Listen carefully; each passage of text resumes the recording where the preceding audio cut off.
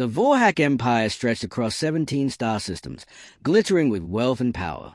Its fleets guarded the skies, its halls shone with crystal light, and its emperor was feared and respected in equal measure.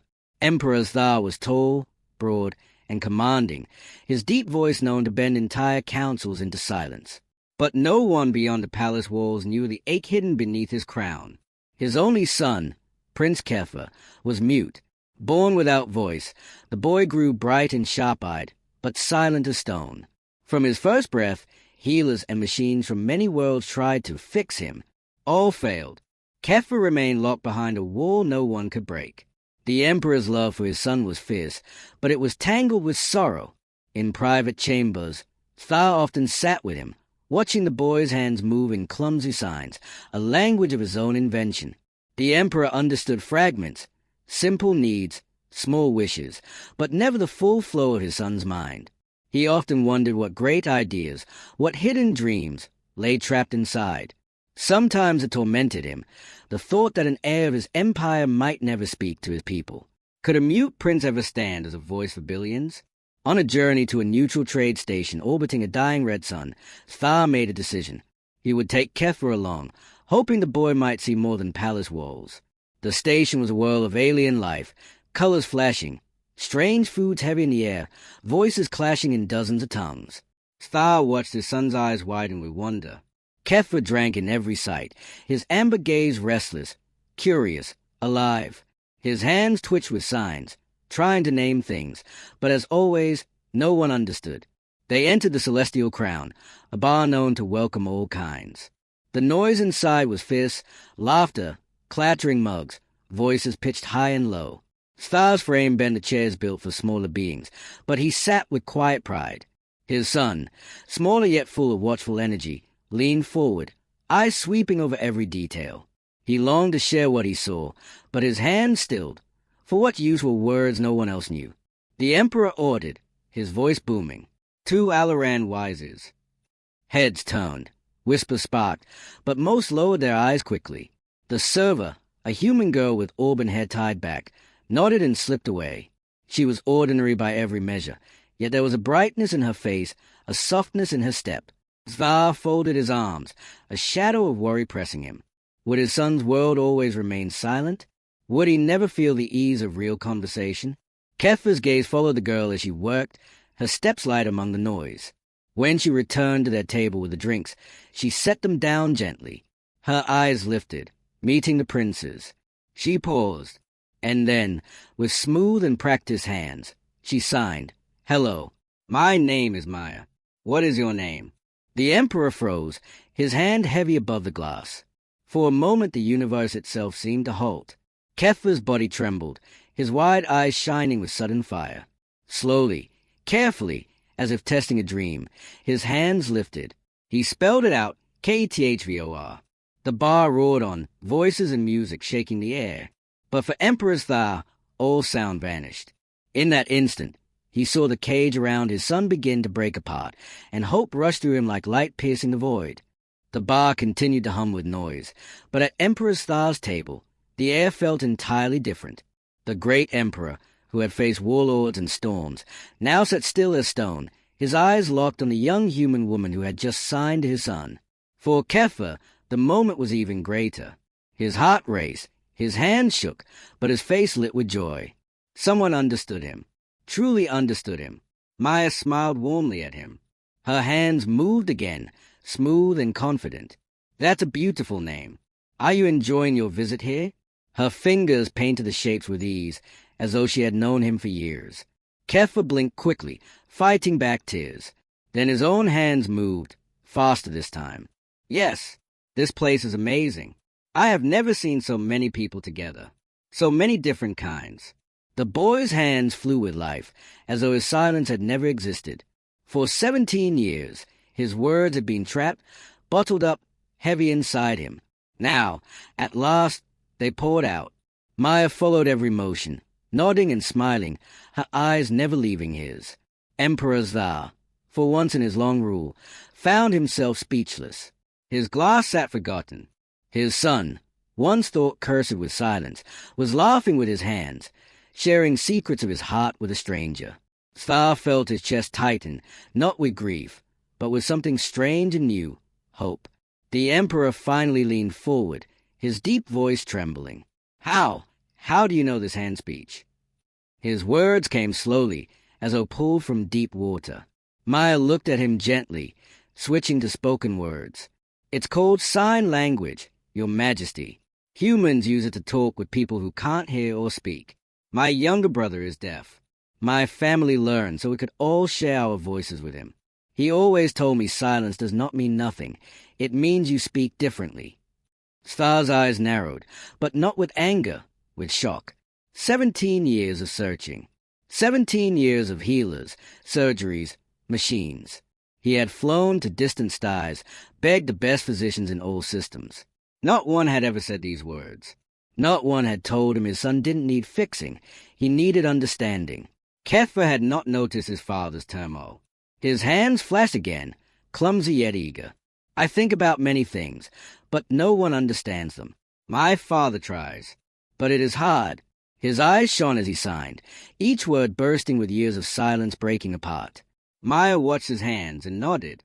She answered gently with her own fingers. You have so much inside you. I can see it. The way you look at things, the way your eyes move. You are not silent at all. You only needed someone to listen with different eyes. Star felt the words strike him deep. For the first time, he truly looked at his son, not as a quiet heir, not as a child to be pitied, but as a mind filled with fire, trapped by the Emperor's own blindness. He had seen silence as weakness, never once as another language. And now, here was proof before him. His son speaking, his son alive with thought. The Emperor's massive hands gripped the edge of the table, steadying himself. He wanted to speak, but his voice felt small. The great whole of his empire, the sound of his throne, the weight of command, all of it seemed to crumble before this simple truth. Kefir's hands moved again, faster now, as if he feared the moment might vanish. I want to tell you about the gardens at home. The crystal ones. The lights there, they look like thoughts in my mind. They scatter, then come together again. Maya turned to Thar, translating softly. He says the crystal gardens remind him of his thoughts. How they break apart, then join again. That is where he feels free. The Emperor's eyes burned. He had never heard this. His son's dreams, his metaphors, his mind, unlocked here in a noisy human bar by a stranger with gentle hands. Maya looked back at Kefir and smiled. That is beautiful. You think like a poet. The boy's lips curved into the faintest smile, something Star had rarely seen. And in that smile, in the dance of his son's fingers, the Emperor realized that tonight was not ordinary. Tonight was the beginning of something larger than an empire, larger than a throne. Tonight, his son had been given a voice. The celestial crown carried on with its noise, clinking glasses, voices of 100 species, and music from alien strings. But at the Emperor's table, a quiet storm had begun. Emperor Thar leaned back, his massive frame heavy against a small chair, yet his heart felt unsteady. His son was signing, his hands alive with words Thar had never seen before. Every movement carried thoughts that had been locked away for years. And the human girl, Maya, followed them easily, her eyes calm and bright, answering with the same flowing language. It felt unreal. The Emperor's mind raced.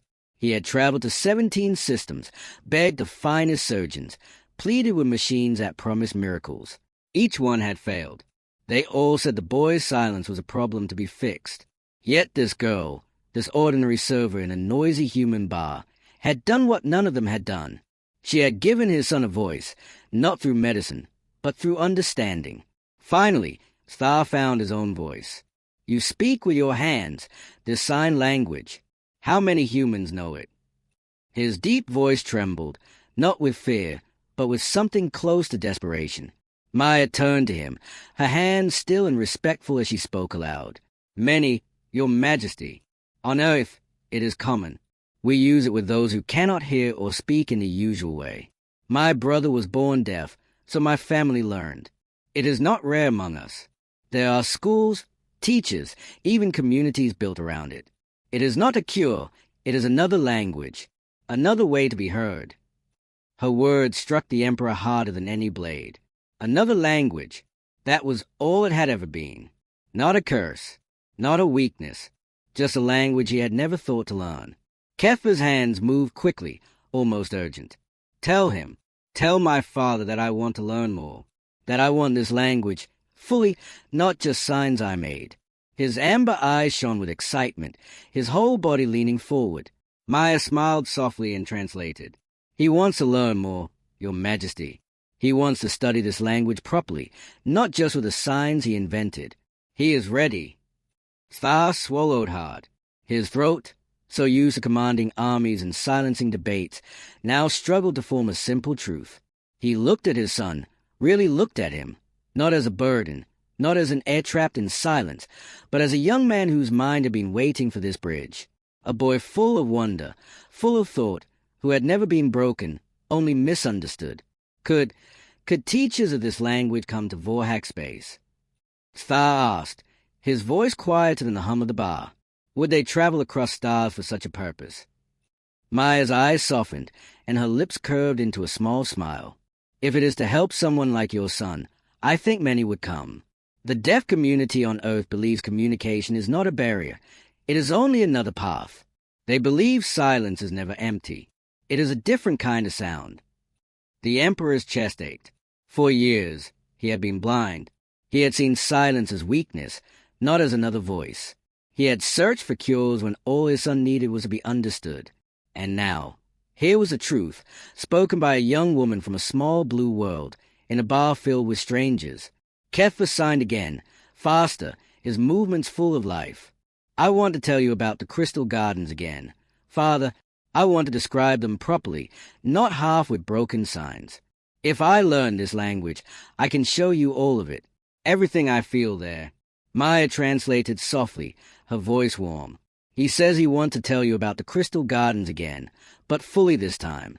He says if he learns this language, he can share everything with you. Thar's eyes burned. He had walked those gardens with his son many times, silent walks among glowing crystal spires. He had thought the boy was content with quiet. But now he realized those silences had been full of words and said, words waiting for language. The thought shook him to his core. The Emperor reached across the table, placing his large hand over his son's smaller one. Then we will learn, he said softly, almost whispering. We will learn together. The bar roared on around them, but in that moment, it no longer mattered. A bridge had been built, not of stone or crystal, but of hands, of signs, of understanding. And for the first time in his reign, Emperor Thar felt that he had truly given his son a future. The night at the Celestial Crown felt endless, though time moved on as usual. Around them, voices of travelers rose and fell, and laughter echoed against the metal walls of the station. Yet for Emperor Thar and Prince Kefir, the world outside had faded. A new world had opened, a world of hands, signs, and understanding. For the first time in years, Thar saw his son not as silent, but as speaking more clearly than ever before. Maya stayed with him longer than duty required. She guided Kefir through simple words and phrases, repeating them with patience. The boy's hands copied his, clumsy but eager, his eyes glowing with determination. Every time he got something right, his lips curved into a smile that seemed to light the entire table. Thar sat watching, feeling the tightness in his chest loosen. The boy who had been locked away was breaking free, not with sound, but with language. At one point, Kefir signed something carefully. His hands trembled, but his eyes were steady. Maya laughed softly, then turned to the Emperor. He says tonight is the first time he has ever felt truly seen. The words hit Thar with the force of a storm. He had built fleets, conquered worlds, and sat on a throne of crystal. But his greatest failure had been so close to him, his son unseen, unheard, even as Thar tried to love him. Now, here in a small human bar, a simple waitress had given him back his son. Kefir signed again, more excited this time. Maya translated, her voice gentle. He says he wants to thank the universe for humans, because he thinks humans are very good at building bridges. For the first time in many years, Emperor Thar laughed, not the thunderous laugh at frightened generals, but a deep, warm laugh that came from his heart.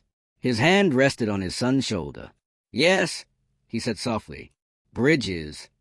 When the time came to leave, Thar rose, towering over the room as always, but his steps felt lighter, as if the weight of his crown had eased.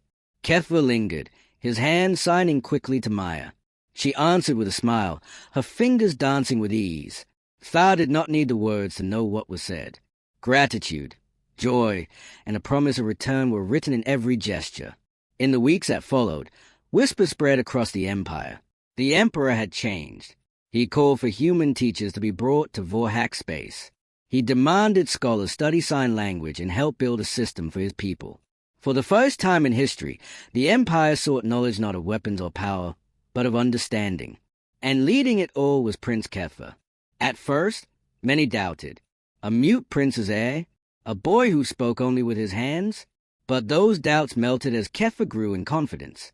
With Terran's sign and the newly crafted Vorhak gestures, he spoke to councils, to travelers, even to children across the empire. His thoughts, once hidden, flowed like rivers. He spoke of unity, of patience, of how silence was never empty but full of meaning waiting to be shared. And when he spoke with his hands, people listened. Maya's name became known far beyond the celestial crown. She continued her wake, yet she also became a teacher and friend, guiding the young prince from afar. In the bar, she kept a small photo, herself and the alien prince, their hands caught mid-sign, both smiling like old friends who had found a shared secret. 3 months after that night, the Vorhak Empire and Earth announced the first cultural exchange program focused on the deaf community. Teachers and learners traveled across stars, carrying nothing but their hands and hearts.